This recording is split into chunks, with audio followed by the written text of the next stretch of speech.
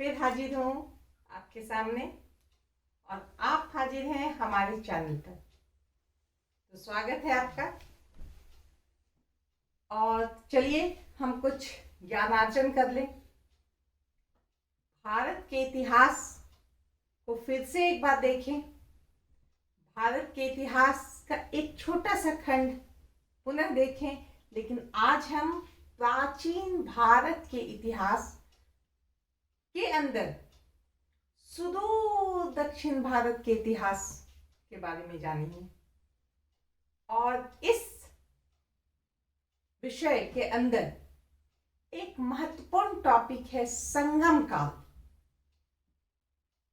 संगम काल दक्षिण भारत के इतिहास का एक महत्वपूर्ण कालखंड है और सुदूर दक्षिण भारत के इतिहास पर हमें बहुत कुछ बताता है आज का हमारा यह टॉपिक।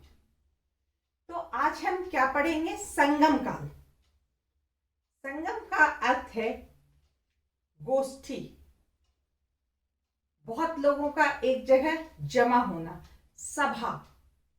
तो यह संगम काल जो है दक्षिण भारत में पांड्य राज्य की राजधानी मदुरा में आयोजित की गई थी। संगम यानी विद्वानों की सभा, विद्वानों की गोष्ठी। और इसीलिए इस काल को, इस पीरियड को हम संगम काल के नाम से जानते हैं। और यह जो गोष्ठी हुई थी या सभा हुई थी, यह कुछ दिनों के लिए नहीं हुई थी, 5, 10, 1 महीने के लिए नहीं, यह बहुत दिनों तक चला था। 3 सभा हुई थी, 3 गोष्ठी हुई थी, 3 संगम हुए थे और यह लंबे लंबे समय तक चले थे। संगम काल का इतिहास के बारे में हमें बहुत बाद में पता चला है। अगर हम कहें तो दक्षिण भारत के इतिहास के बारे में उसकी साहित्यिक शोध या पुरातात्विक शोध हमें 4वीं शताब्दी के बाद ही मिलने प्रारंभ हुए हैं। लेकिन संगम काल का जो इतिहास है, इसका स्रोत हमें कब मिला? 8वीं शताब्दी में इरेनार अग्गपोल के भाष्य से हम संगम काल के बारे में जाने। और संगम काल के बारे में जानने के बाद हम उस समय के सुदूर दक्षिण भारत के महत्वपूर्ण राज्य चेर, पांड्य और चोल राज्य की राजनीतिक स्थिति, सामाजिक स्थिति, आर्थिक स्थिति, वहाँ की साहित्य, कला और व्यापार वाणिज्य, हर बातों को हमने इस साहित्य से, यानी संगम काल के विद्वानों की जो विद्वता थी, साहित्य, उससे हमने जाना। तो हम कह सकते हैं कि ये संगम काल का संगम कहाँ आयोजित हुआ? तो यह पांड्य राज्य की राजधानी मदुरा में, जिसे हम मदुरई के नाम से भी जानते हैं, वहां यह आयोजित की गई। और इस हमने अभी बताया कि स्रोत हमें इससे पता चला, इस इनके भाष्य से हमने इस समय के बारे में जाना। और हमें आश्चर्य होगा और साथ ही साथ हम गर्व भी महसूस कर सकते हैं कि उस समय 100 शताब्दी लगभग उसके आसपास इस संगम में, इस गोष्ठी में, इस सभा में 8,598 विद्वानों का जमावड़ा हुआ था। कितने विद्वान वहां जमा हुए थे? संगम कितनी बार हुआ? ये गोष्ठी कितनी बार हुई? मैंने बताया 3 बार। तो 3 बार जो ये गोष्ठी जमा हुई, इसमें हम क्या देखते हैं कि तीनों बार यह पांड्य राज्य के अंतर्गत ही हुई और यह 197 राजाओं ने इस समय को देखा। कहने का अर्थ है कि ये जो गोष्ठियां चली ये बहुत लंबे समय तक चली। जो साहित्य विद्वानों ने जो अपनी कृति दिखाई उसमें हम क्या देखते हैं कि इनकी शैली जो है काव्यात्मक थी।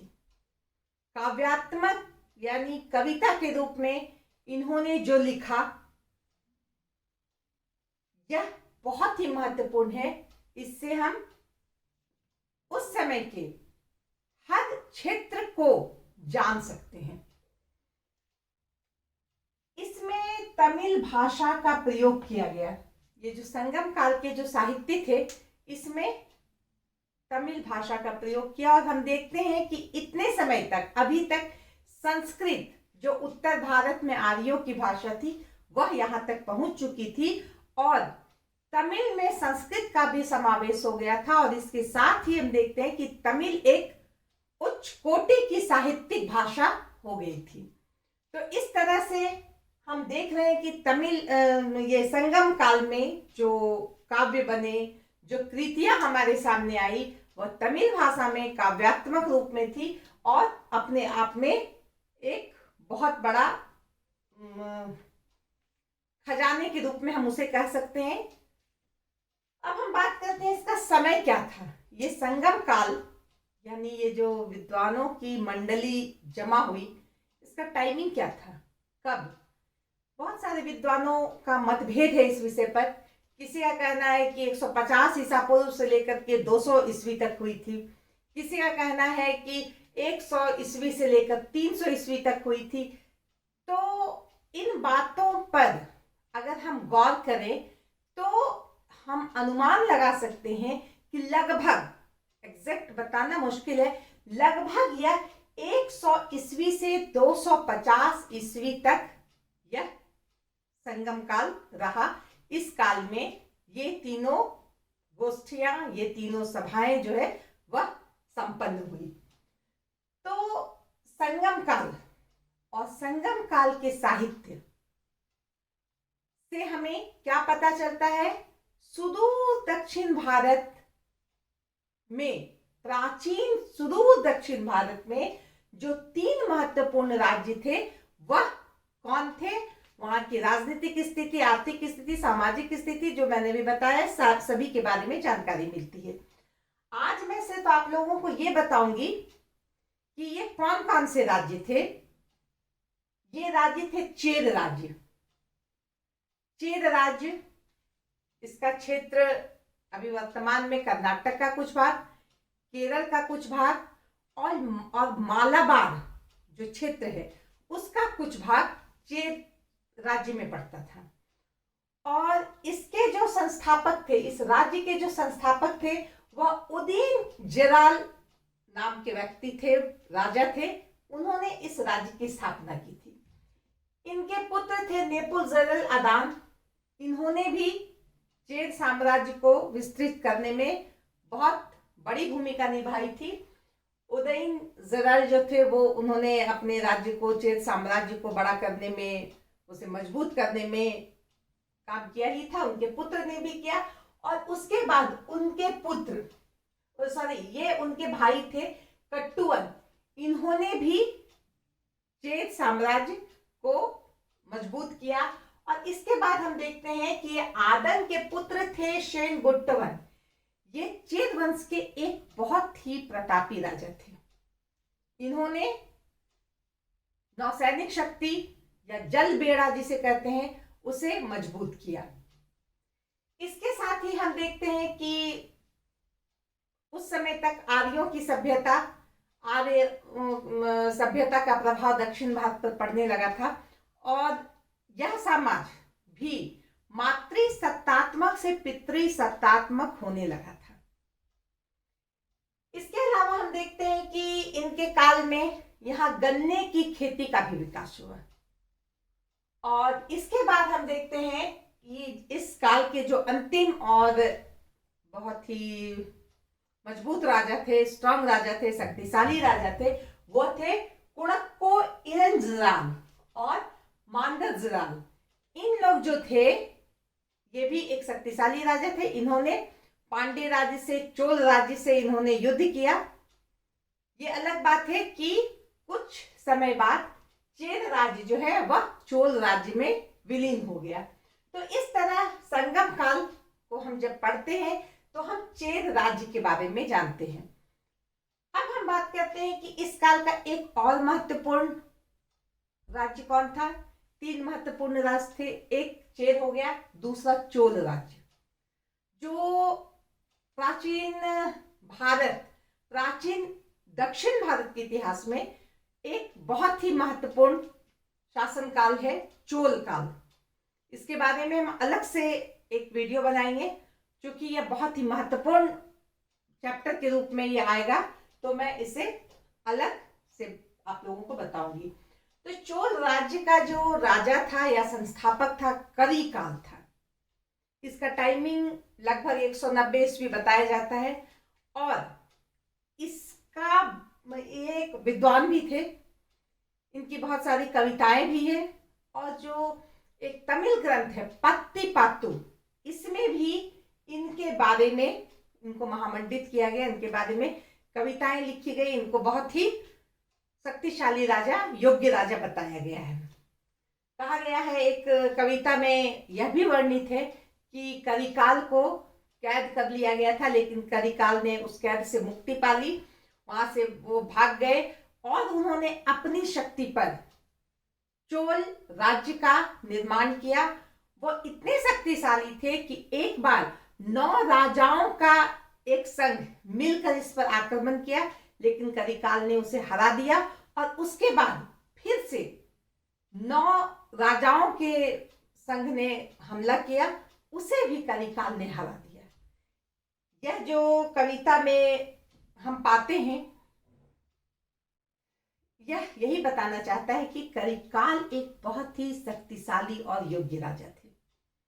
इनके बारे में हम बाद में पढ़ेंगे, लेकिन यहाँ पर हम यह कह दें कि इन्होंने अपने राज्य को